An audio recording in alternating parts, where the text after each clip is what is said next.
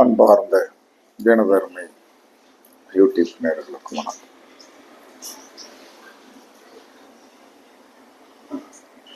ஜோதிடத்துல 159 அப்படிங்கிறது ஒரு best of நல்ல ஒரு ஆதிபத்தியமுடைய இடம். 1, 5, 9. 1ன்னா நாம, 5ன்னா நம்ம தாத்தா, 9ன்னா நம்ம அப்பா. இந்த காம்பினேஷன் தான் இந்த ஜோதிடத்துல பெரிய முக்கியமான விஷயம். எல்லாரும் நினைக்காங்க அதான் எங்களுக்கு தெரியுமே அப்படிங்க. தெரியாதவங்க நிறைய பேர் இருக்காங்க. உங்களுக்கு ஒண்ணு தெரியுமா? ஜோதிடத்தை கரைச்சு குடிச்ச நமக்கே சில நேரங்களில் ஜாதகத்தை கொண்டு வந்து கொடுக்கும்போது திகட்டும். நான் ஒரு ஜாதகம் சொல்லிட்டு இருக்கேன். திருவோண நட்சத்திரம், கல்யாண வாழ்க்கை பாதிக்கப்பட்டிருக்கா? இல்லை. யாரா டைவர்ஸ் இருக்கா? இல்லை. அந்த சுக்கிரன் சார்ந்த அனைத்து விஷயத்தையும் கேட்டா அந்த அம்மா ஒண்ணு இல்லை அப்படின்னு. நான் சொன்னேன், வேற எதுக்கு ஜோதிடம் பார்க்க வந்தேன் அப்படின்னு. ஆமாம்மா, எனக்கு எந்த நோயும் இல்லை, எந்த பிரச்சனையும் இல்லை, புருஷன் தொந்தரவு இல்லை, பிள்ளை தொந்தரவு இல்லை, யாரும் உன்னை இம்சிக்கலை, வேற எதுக்கு என்ன சொல்லலான்னா நீ ஆஸ்பத்திரிக்கு என்று சொல்லக்கூடிய ஜோதிடத்துக்கு 1000 ரூபாய் கட்டி பணம் கட்டிட்டு வந்தேன் அப்படின்னா அப்படின்னு கேட்டவொடனே அந்த அம்மா சிரிக்குது. காரணம் என்ன சொன்னா, இன்னும் ஜோதிடத்துல அதுக்கடுத்து கடைசியில் அந்த டாபிக் உங்களுக்கு அற்புதமான டாபிக் இருக்கு. இருந்தாலும் அந்த எப்படி ஜோதிடம் நம்மளை கண்ணை கட்டும். அப்ப அந்த அம்மா என்ன சொல்றாரு, சுக்கிரனுடைய சாபம் பெற்ற நட்சத்திரம் 2வது, அதோடைய 8வது நட்சத்திரமும் சுக்கிரனுடைய நட்சத்திரம். ஏதாவது ஒரு விதத்துல பாதிக்கப்படணும். இல்லை எங்க வீட்டுக்காரோடைய அக்கா திருமணம் ஆகாம இருக்கு. சரி, அப்ப நீ என்ன செஞ்சிட்ட? உனக்கு கூட ஒரு கணவருடைய அக்கா கல்யாணம் ஆகாமலே இருப்பதனால் உன்னுடைய வாழ்க்கை பாதிக்கப்படவில்லை. ஓகே, பேசிட்டு இருக்கும்போது எனக்கு பொருளாதாரம் இல்லை. நம்ம பொருளாதாரம் என்பது சுக்கிரன் தானே. இந்த வீட்டுக்காரர் நல்லா இருக்காரு, பணம் கொடுக்காரு, அவருடைய தேவைக்கு தான் கொடுக்குறாரு, மற்றபடி அப்படி. கடைசியில அதாவது ஒரு அடிமுடியை எங்கேயாவது இந்த ஜோதிடர்களுக்கு காட்டிடும். எல்லாம் சரிதான், கல்யாணம் முடிச்சு 2 குழந்தை பெற்றது எல்லாம் ஓகே தான். குழந்தைகள் கல்யாணம் முடிச்சாச்சு, 57 வயசாகுது. வாழ்க்கையில் 63 கலையில் ஒரு கலை என்பது என்ன கலை? இந்த இல்லற வாழ்க்கை என்று சொல்லக்கூடிய சுகம். இதுல நீ 100% உங்களுக்கு சகோதரி மாதிரி தான் சொல்றேன், தப்பா எடுத்துக்கூடாது. நீங்க சகோதரின்னு சொல்லிட்டேங்க ஐயா, நான் ஒன்னும் என்னையா நீங்க என்னன்னு சொல்லுங்க அப்படின்னு. இல்லற வாழ்க்கையில் 100க்கு 25% தான் நீ அனுபவிச்ச. 75% என்ன சொல்லலாம்னா ஏதாவது வண்டி ஓடுது அப்படிங்கிற லெவலு தான். அதுதான் உண்மை அப்படின்னு. வேற என்ன என்ன செய்ய, புருஷனோட நல்லா இருக்கேன், புருஷனோட நல்லா இருக்கேன். புருஷனோட நல்லா இருக்குதுன்னா என்னது? வருஷத்துல 2 டூர் போகணும். இளம் வயதுல சின்ன குழந்தைகளா இருக்கும்போது கோவில் குளங்கள் என்று போய் அங்க நல்லா சாப்பிட்டு கணவன் மனைவி அந்த இல்லறத்தை துய்ப்பது தான். அதனால எனக்கு கடவுள் 30 வருஷம் கொடுத்தாரு. அதுக்கு மேல 5 வருஷமா என்ன சொன்னானே, எல்லாத்தையும் தூக்கி தோர்த்தல ஓடு அப்படின்ட்டாரு. அவ்வளவுதான். அது கடவுளுடைய கிருபை அவ்வளவு. அப்ப ஜோதிடம் ஒரு கடல் போன்றது. அதுல எங்கேயாவது கடைசியில ஒரு மனிதன் அவனுக்கு அந்த அந்த தோஷமானது ஏதாவது ஒரு விதத்தில் பாதிச்சிருக்கும். கடைசியில சந்தோஷமா அந்த அம்மா பேசிட்டு முடிச்சு. அப்ப இந்த 159 அப்படிங்கிறதுல 1 செயல்பட்டால், லக்கணம் செயல்பட்டாச்சுன்னா உங்க 2ஆம் இடம் செயல்படாது. ஒரு மனிதன் தனி மனித வாழ்க்கையில் பெரிய யோகவானாக லக்ஸுரிஸோடு இருக்கான்னு வச்சுடுங்களேன். லக்ஸுரிஸ் தான், அந்த முகம் பளபளன்னு நல்லா என்ன சொல்லணும், வண்டி வாகனம் போக்குவரத்து எல்லா லக்ஸுரிஸோடு இருந்தான் என்று சொன்னால் தனி மனிதனுடைய அந்த 1ஆம் பாவம் வலிமையாக இருந்தால் 2ஆம் பாவம் செயல்படாது. ஏன்னா 2ஆம் பாவத்திற்கு 1ஆம் பாவம் 12ஆம் பாவம் அவுட் ஆயிருப்பேச்சா. அதற்கடுத்து 5ஆம் பாவம் என்பது ஜாலி, ஹாப்பினஸ். இந்த ஹாப்பினஸ் அப்படின்னு சொல்லி வரும்போது இந்த ஹாப்பினஸ் நல்லா ஜாலியா இருப்பாங்க, எந்த ஒரு பிரச்சனையும் இல்லை, நல்லா ஹாயா என்ஜாய் அப்படின்னா 6ஆம் பாவம் செயல்படாது. 6ஆம் பாவம் எதுக்கு தேவை? 10ஆம் பாவத்துக்கு தேவை. 10ஆம் பாவத்துக்கு பாக்கியஸ்தானம். அப்ப 10ஆம் பாவம் அவுட்டு. 5ஆம் பாவத்தை நீங்கள் நன்றாக அனுபவித்தீர்கள் என்று 10ஆம் பாவம் செயல்படாது. 6ஆம் பாவத்துக்கு அதுக்கு இன்புட் கொடுக்கணும். அப்ப 5 என்பது ஜாலி. 5 ஜாலியாக இருந்தால் 6 செயல்படாது. அப்ப 2 6 10 அவுட்டு. அதுக்கடுத்து 9 என்பது உல்லாசம், கோவில், ஆன்மீகம், எக்ஸட்ரா எக்ஸட்ரா. அடிக்கடி கோயிலுக்கு போயிட்டு வந்து சாமி சாமி சாமி சாமி சாமின்னு கிடக்கிறவன் பாருங்க 10ஆம் பாவத்தை இழந்து விடுவோம். அதனாலதான் சொன்னா, எப்பா வெள்ளி செவ்வாய்க்கு மட்டும் கோயிலுக்கு போ, இல்லை குறிப்பிட்ட நாள் மட்டும் போ, தேவையில்லாம அடிக்கடி கோயிலுக்கு போட்டேன்னா 10ஆம் பாவம் கெட்டு போயிரும்டா அப்படிமா. இது உண்மைதான். அப்ப ஒரு பாவத்தை அதிகமாக இயக்கினால் அதற்கு 12 என்ன சொன்னா 2ஆம் பாவம் கெட்டு போயிடும். 9 இயக்கினால் 10 கெட்டு விடும். ஏன்னா 10ஆம் பாவத்திற்கு அது 12ஆம் பாவமாக வந்துடும். ஓகேவா? இந்த கான்செப்டை எல்லாரும் புரிஞ்சுக்கிடும்.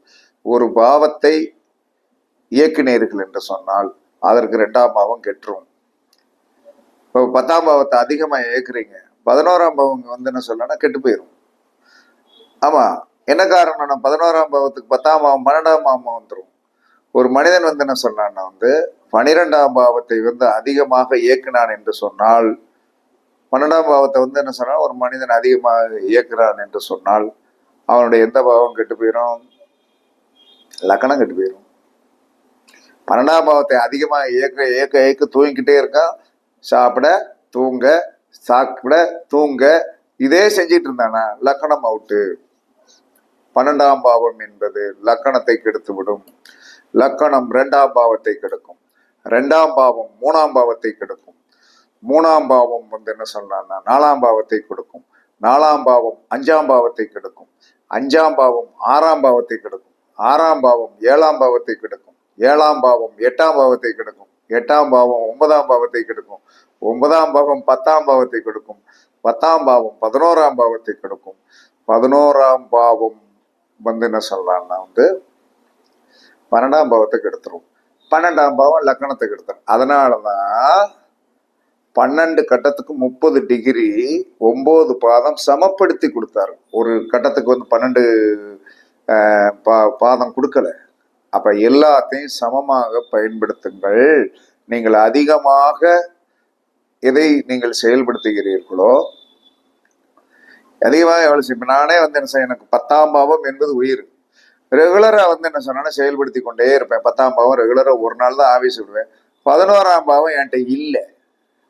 எவ்வளவு சம்பாதிச்சாலும் இந்த 10ஆம் பாவத்தில் இருக்கிற வலிமை 11ஆம் பாவம் என்று சொல்லக்கூடிய லாபஸ்தானம் எவ்வளவு நான் சம்பாதித்தாலும் கடைசியில் என்ன சொல்றான்னா அந்த கார்டுல இருக்கும். பெருசா இவ்வளவு தூரத்துக்கு இருந்ததில்லை. இதான் உண்மை. அப்ப எதையும் அளவோடு பயன்படுது. சில பேர் சொல்லுவாங்க, ஏன் சார் கிளாஸ் எடுங்க, கிளாஸ் எடுங்க, நீங்க கிளாஸ் எடுங்க சார். ஆமா சார் அப்படிமா. ஐயா, 4ஆம் பாவம் என்பது கிளாஸ், 4ஆம் பாவம் என்பது சொல்லிக் கொடுக்கறது. நான் வாத்தியார். 5ஆம் பாவம் என்று சொல்லக்கூடிய புத்திரர் கெட்டு போயிடுவாருங்கள் ஐயா அப்படின்னு சொல்லும்போது, அது எப்படி? அதெல்லாம் இருக்காதே, எல்லாரும் எடுக்காங்க, எல்லாரும் எடுக்காம போய் பாரு. இதெல்லாம் உண்மை. சரி, பாயிண்ட்டுக்கு வரும். அப்ப இந்த மாதிரி தான் செயல்பட்டால் இந்த மாதிரி மைனஸ் வரும். அப்ப இந்த 1 5 9 குடையவர்கள் யாரும் தெரியுமா? லக்கணம் 5 குடையவர் 9 குடையவரோடு கேது சேர்ந்தால் அவர்களுக்கு சித்தர்கள் அருள் கடாட்சம் கிடைச்சிடும். சித்தர்களுடைய அருள் கடாட்சம் உண்மையாவே கிடைக்கும். அப்ப 12 நட்சத்திரங்கள் சித்தர் அனுக்கிரகம் பெற்ற நட்சத்திரங்கள். என்னடா கேது என்று சொல்லக்கூடியவர் எப்பயும் இம்சதான கொடுப்பாரு. அவரிடமும் ஒரு பெரிய பொக்கிஷம் இருக்கிறது. அவரிடமும் ஒரு பொக்கிஷம் இருக்குது. அந்த பொக்கிஷத்தை நாம நுண்ணிப்பா கண்டுபிடிச்சோம்னா கேதுவை மாதிரி ஒரு சுகமானது எதுவுமே கிடையாது. அற்புதமான கிரகம் கேதுவை. நீங்க சாதாரணமா எடுக்காதீங்க. எல்லாத்துலயும் தலைமை நட்சத்திரம் அஸ்வதி, மகம், மூலம். சில மைனஸ்கள் இருக்கத்தான் செய்யும். எந்த மனிதன்ட்ட மைனஸ் இல்லாம இருக்குது? எல்லாத்துட்டும் இருக்கத்தான் செய்யும். அப்ப இந்த 1 5 9 கூடியவர்கள் உங்களுடைய கிரகங்கள் தான், உங்களுடைய லக்கணம் 5 குடையவர் 9 குடையவரோடு கேது தொடர்பு பெற அவர்களுக்கு சித்தர்கள் ஆட்டோமேட்டிக்கா வந்து சொன்னா அதற்குண்டான எக்ஸ்ட்ரானரியா பெனிஃபிட்ஸ் வந்து உங்களுக்கு கண்டிப்பாக கிடைக்கும். இது ஒரு பிளஸ் பாயிண்ட். ரெண்டாவது, செவ்வாயுடைய நட்சத்திரத்தில் போய் பிறந்தவர்கள். ஏன் செவ்வாயுடைய நட்சத்திரத்தில் பிறந்தவர்கள் சொல்றோம்? மேச ராசியில் அசுபதி நட்சத்திரம் இருக்கிறது. அதனால் மிருகசீரிடம் சித்திரை அவிட்டத்தில் போய் பிறந்தவர்களுக்கு சித்தர்களுடைய கடாட்சம் கிடைக்கும். சரி, சூரியனுடைய நட்சத்திரத்தில் போய் பிறந்தவர்களுக்கு, ஏன்னா சிம்ம ராசியில் மக நட்சத்திரம் இருக்கிறது, அப்ப கார்த்திகை உத்திரம் உத்திராட நட்சத்திரத்தில் போய் பிறந்தவர்கள் சித்தர் வழிபாடுகள் நீங்கள் பண்ணினீர்கள் என்று சொல்ல உங்களுக்கு அந்த கடாட்சம் கிடைக்கும். அதுக்குண்டான சப்போர்ட்டிங் ஆக்டிவிட்டிஸ் உண்டான நபர் சித்தர் வந்து விடுவார். அதற்கடுத்து குருவோடைய நட்சத்திரத்தில் போய் பிறந்தவர்களுக்கு, குருவோடைய நட்சத்திரத்தில் போய் பிறந்தவங்க தனுசுல வந்து யார் இருக்கா? மூலம் இருக்கு. அப்ப குருவோடைய நட்சத்திரத்தில் போய் பிறந்த யாரு?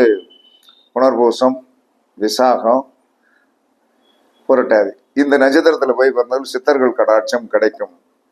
ரெண்டாவது, அசுபதி மகம் மூலத்தில் போய் பிறந்தவர்கள் சித்தர் வழிபாடு பண்ணினீர்கள் என்று சொன்னால் கண்டிப்பாக உங்களுடைய வாழ்க்கையை சில சித்த பெருமக்களால் உங்களுக்கு பெரிய வெற்றி கிடைக்கும். அப்ப இந்த 12 நட்சத்திரம் வந்து கண்டிப்பாக நீங்கள் வந்து சித்தர் வழிபாடு பண்ணலாம். 1 5 9 கூடியவர்கள் கேதுவோடு தொடர்பு பெற்றால், 1 5 9 கூடியவர்கள் கேதுவோடைய நட்சத்திரத்தில் இருந்தால் அவர்களுக்கும் சித்தர் வழிபாடு வரும். செவ்வாயுடைய நட்சத்திரம், சூரியனுடைய நட்சத்திரம், குருவோடைய நட்சத்திரத்தில் போய் பிறந்தவர்களுக்கு சித்தர் வழிபாடு வரும். அசுவதி மகம் மூலத்தில் போய் பிறந்தவர்கள் கண்டிப்பாக சித்தர் வழிபாடு பண்ணினீர்கள் என்று சொன்னால் நீங்கள் உயர்ந்த லட்சியத்தை அடையலாம். உயர்ந்த லட்சியத்தை வந்து கண்டிப்பாக அடையலாம். அதில் என்ன எந்தவித மாற்று கருத்தும் கிடையாது. இப்ப எனக்கெல்லாம் வந்து கேது 5 குடையவனுடைய நட்சத்திரத்தில், 5 குடையவன் என்று சொல்லக்கூடிய நட்சத்திரத்துல வந்து கேது உட்கார்ந்துருக்காரு. அப்ப அந்த சித்தர் வழிபாட்டுக்கு நான் போன பிறகுதான் 2009 சித்திரை மாதம் பூச நட்சத்திரத்தன்று அந்த சித்த பெருமானுடைய சமாதிக்கு சென்ற பிறகுதான் என்னுடைய வளர்ச்சி. அது வரைக்கும் சாதாரணமான ஒரு ஜோதிடர் ஏதோ வந்து என்ன சொன்னான்னா இருந்தோம். அதற்கு பிறகுதான் என்ன சொன்னான்னா ஜோதிடர் என்பவர் இருந்து எல்லாரும் ஜோதிடர் தான் இல்லைன்னு சொல்ல, நிறைய அறிவு பொக்கிஷங்கள் நமக்கு கிடைக்கணும். நம்ம இந்த மாதிரி பிள்ளையண்டா பேசணும், நமக்கு அந்த பிள்ளையண்டா பேசுவதற்குண்டான கில்ஸ் கிடைக்கணும், அதை குறித்து வைக்கக்கூடிய அனுகிரகம் கிடைக்கணும். சும்மா கிடையாது. எல்லாமே வந்து என்ன சொல்ல, எல்லாரும் ஜோதிடர், நானும் ஜோதிடர், நானும் ஜோதிடர். காரணம் என்னன்னு எனக்கு தெரியும். யாரையும் குறை சொல்றேன்னு நினைக்காதீங்க. நாம நிறைய படிக்கணும். அப்ப நிறைய படிப்பதற்கு நமக்கு யாருடைய அனுகிரகம் கிடைக்க வேண்டும் என்று சொன்னால் சித்தர்களுடைய அனுகிரகம் கிடைக்க வேண்டும். அதற்கு இந்த 12 நட்சத்திரங்கள் தகுதி பெற்றது, பிறப்பால் தகுதி பெற்றது. அதே சமயத்தில் யாருக்கெல்லாம் லக்னாதிபதி 5 குடையவர் 9 குடையவர் கேதுவுடைய சம்பந்தம் பெறுகிறீர்களோ கண்டிப்பாக உங்களுடைய சித்தர் அனுகிரகம் கண்டிப்பாக உங்களுக்கு கிடைக்கும். நீங்களும் எல்லாரையும் மாதிரி வெற்றி பெற்று அறிவு ஜீவிகளாக வருவீர்கள் என்று சாஸ்திரம் சொல்லியிருக்க, நான் சொல்லலை. அதனால எல்லாரும் என்ன சொல்லலாம்னா கண்டிப்பாக உங்க ஜாதகத்துல இந்த மாதிரி அமைப்பு இருக்கான்னு பாருங்க. இந்த சித்தரை வந்து எப்பயுமே வந்து என்ன சொன்னா ஒரு சாவி என்று ஒன்று இருக்கிறது. இந்த சித்தர்களுடைய அனுகிரகம் இருக்குயா, ரைட்டியா, ஓகே, அது தானா வந்துருமா? அந்த சாவி என்று சொல்லக்கூடிய ஒரு மந்திரம் 4 வார்த்தை இருக்குது, அதை இதுல சொல்ல முடியாது. அப்ப அதை நீங்கள் அது சார்ந்த விஷயம் உங்க ஜாதகத்தில் வந்து இந்த சித்தருடைய அனுகிரகம் இருந்து அதை இயக்கக்கூடிய சாவி என்று சொல்லக்கூடிய மந்திரம் கண்டிப்பாக இறைவன் அருளால் எனக்கு கிடைச்சது. அது உங்களுக்கு வேண்டும் என்று சொன்னால் அதற்குண்டான சக்கரம் ஒன்று இருக்கிறது, அதற்குண்டான சாமி ஒன்று இருக்கிறது. கண்டிப்பாக உங்களுக்கு இறை அருள் இருந்தால் கண்டிப்பாக கிடைக்கும். நான் வாங்கன்னு சொல்ல மாட்டேன். எதுக்கு தெரியுமா? நீங்களா தான் வரணும். நான் வாங்கன்னு சொல்லி என்ன பண்ண போறேன்? கண்டிப்பாக வந்து என்ன சொன்னாலும் இன்னைக்கு வருமானம் கிடைச்சு போச்சு, நாளைக்கு லீவு, இன்னும் திங்கக்கிழமை தான் நான் எதிர்பார்ப்பேன். இதான் என்னுடைய உண்மை. சேர்த்து வைக்கணுங்கிற அவசியம் கிடையாது. அன்னைக்கு வந்தா போதும். எனக்கு இருந்தாலும் என்ன சொன்னா, நம்மளுடைய உணவுக்கும் உடைக்கும் இருப்பிடத்திற்கும் நான் கும்பிடுகின்ற சித்தர் எனக்கு இன்னைக்கு வரை கொடுக்கல. சாப்பாடா நல்லா கிடைக்கும், எதுவுமே என்னுடைய நான் இருக்கிற இடத்துக்கு வந்துடும். இது அந்த சித்த பெருமானுடைய கடாட்சத்தை வந்து நான் சொன்ன பிறகுதான். காலையில ஒரு 216 மந்திரம் சொல்லணும். அதை சொல்லியாச்சுன்னா அன்னைக்கு துட்டு வந்துடும். அது என்ன மந்திரம்னா சொல்லலாம் முடியாது. சொல்லணும் காரணம் அது அவ்வளவு. அதை பரீட்சித்து பார்க்க வந்து இறையருள் சொன்னது, இதை பரீட்சித்து பார் அப்படின்னு. சில நேரங்களில் வந்து சனிக்கிழமை வீட்டுக்கு அந்த வாரத்தின் கடைசி நாள், நமக்கு கடைசி நாள் ஞாயிற்றுக்கிழமை வீட்டில் இருக்கிறதுனால அந்த சனிக்கிழமை பெரிய திண்டாட்டமா இருக்கும். என்னடா எனக்கு துட்டு வேணும், ஒரு நாள் வீட்டில் இருப்போம், அன்னைக்கு செலவுக்கு வேணும், என்ன பண்றது அப்படின்னு நினைப்போம். அந்த கஷ்டத்தை இந்த மந்திரத்தை சொன்ன பிறகு அந்த கஷ்டம் இல்லை. அப்ப இறைவன் வந்து பிரபஞ்சத்தோடு எவ்வளவு பெரிய தொடர்பை வந்து அந்த மந்திரத்தை சொல்லும் போது, அப்ப அதை ஆர்வமா காலையில எந்திரிச்ச உடனே ஒண்ணுமே செய்ய வேண்டாம். அந்த மந்திரத்தை எதுவும் சொன்னா காலையில எந்திரிச்சிடணும். 6 மணிக்கு கரெக்டா எந்திரிச்சிடணும். அதுக்கு மேல ஒரு நிமிஷம் அங்கிட்டு படுத்துட்டு கூட இங்கிட்டு படுத்துரு, எந்திரிச்சு மூஞ்சி கைய காலை கலவணும், உட்காந்து வந்துட்டு சார் அப்படியே பெட்ல உட்காரணும், இல்லை கீழே உட்காந்துக்கலாம். வடக்க பார்த்து உட்காந்து அந்த 216 மந்திரம் எத்தனை நிமிஷம் இல்லை, 15 நிமிஷம் சொல்லி முடிச்சுட்டு நம்ம வாட்டுக்கு என்ன சொல்லணும், முடிஞ்சது தேங்க்யூ அப்படின்ட்டு போயிருங்க. நீங்க ஆபீஸுக்கு போங்க, வர வேண்டிய காசு எங்கிருந்தோ யாரோ ஒருவர் உங்களுக்கு அங்கிருந்து வந்து கிளியர் பண்ணி விட்டுருவாங்க. இது நான் அனுபவித்து கொண்டிருக்கிற சுகம். அதனாலதான் யாரும் வந்து வந்தாலும் வாங்க, வராட்ட போங்க, அது வந்து உங்களுடைய இஷ்டம். நான் வந்து கூறி கூறி வந்தேன், கத்திரிக்காய் கத்திரிக்காய் கத்திரிக்காய் வாழைப்பழம் அப்படின்னு விற்கலாம் முடியாது. இது ஜோதிடத்தை அப்படி விற்க முடியாது. எனக்கு தேவையானது வந்துடும், உங்களுக்கு தேவைன்னா என்ன தேடி வாங்க அப்படின்னு சொல்லுவதற்கு காரணம். சில பேர் என்ன சொன்னாங்க, 1000 ரூபாய் வச்சுட்டு அங்கிருந்து வரட்டுமா, ஒரு 4 மணி நேரம் உங்ககிட்ட பேசிட்டு ஆசீர்வாதம் வாங்கிட்டு 90 வாங்கிட்டு போறீங்க. ஏண்டா இது என்ன ஆசிரமமா? வாங்க உட்காருங்க, சோறு சாப்பிடுங்க, நீங்க 90 பூசி விடுங்க அப்படின்னு சொல்லுவதுக்கு இது ஆசிரமம் அல்ல, அலுவலகம். அலுவலகம்னா அலுவலகமாயித்தான் இருக்கும். அலுவலகத்திற்கு என்ன இது, அதுக்கு என்ன சோர்சஸ், என்ன பண்ணணும் அப்படின்னு நிறைய பேர் வந்து இன்னைக்கு வந்து என்ன சொன்னாலும் 3-4 குரியர் அனுப்புறேன். ஒரு வாரத்துக்கு எப்படி 5 குரியர் அவுட் ஆஃப் ஸ்டேஷன் வந்து வெளியிடங்களுக்கு அனுப்பி கொண்டேதான் இருக்கிறேன். காரணம் அவ்வளவு வேலைகள் வந்து கொண்டேதான் இருக்குது. ஏன் இதை பெருமையா பெருமையை வேலை பார்க்குறேன்னு சொல்றேன். ஆனா 10ஆம் பாவத்தை அதிகமா இயக்க 11ஆம் பாவத்துல என்கிட்ட சேமிப்பு இல்லை. என்ன பண்ண முடியும்? ஒண்ணும் பண்ண முடியாது. அதனால சித்தர்களுடைய அனுகிரகம் நான் சொன்ன நபர்களுக்கு பூரா உண்டு. 159 குடைகளோடு சித்தர் கேது என்று சொல்லக்கூடிய அந்த கிரகம் தொடர்பு கொண்டால் நீங்களும் சித்தர் வழிபாடு பண்ணலாம். அதற்குண்டான சாவி இங்கே இருக்கிறது, பணம் வருவதற்குண்டான சாவி இருக்கிறது, இங்கே இருக்கிறது. வாங்க, உங்களுக்கு அந்த அனுகிரகம் தான் வாங்கிட்டு போங்க என்று கூறி உங்களிடமிருந்து விடைபெறுவது சிப்பிபாறை ஜோதிடர் சாதி ராகவன் ஜெயபாலாஜி. சுகமே சொல்க, சுகமே சொல்க. வாழ்க வளமுடன், வாழ்க வளமுடன். வணக்கம்.